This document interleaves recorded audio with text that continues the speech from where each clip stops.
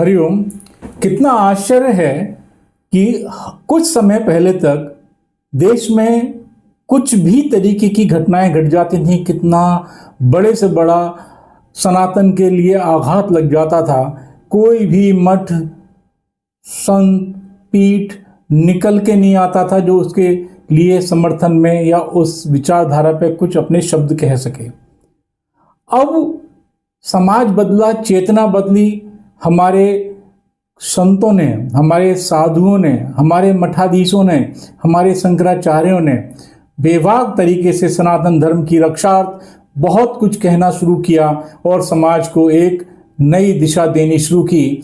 तो इसमें भी लोगों को परेशानी होने लगी है और अपने ही सनातन के लोग जो कि अलग अलग संप्रदायों से आते हैं, उसमें उनको अपशब्दों से कभी कभी जो गरिमाहीन हैं उन शब्दों से अलंकृत कर देते हैं। यही एक कारण रहा कि सनातन हमेशा दबा और सहमा रहा।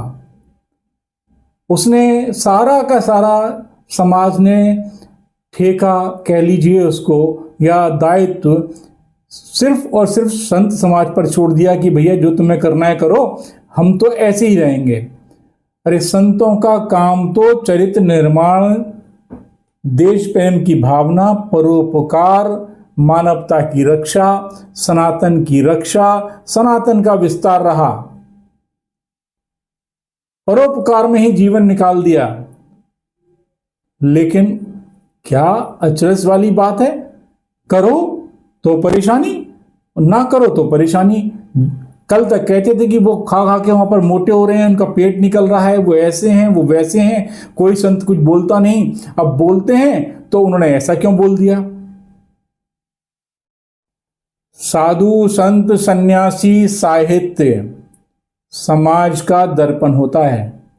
आपको वही दिखाएगा जो वो है, और आपके ऊपर कोई धूल कण पड़ा हुआ है तो उसको साफ करने का भी दायित्व साधु, संत, साहित्य और सन्यासी ही निभाएंगे और सहचर निभाएगा। वो संत क्या जो डर जाए, सत्य को छोड़ दे। अगर आपको उनकी बातें बुरी लगती हैं तो क्यों? क्योंकि उन्होंने आपकी नस को दबाया है। वो बोलते हैं कि ये चीज गलत है तो गलत है।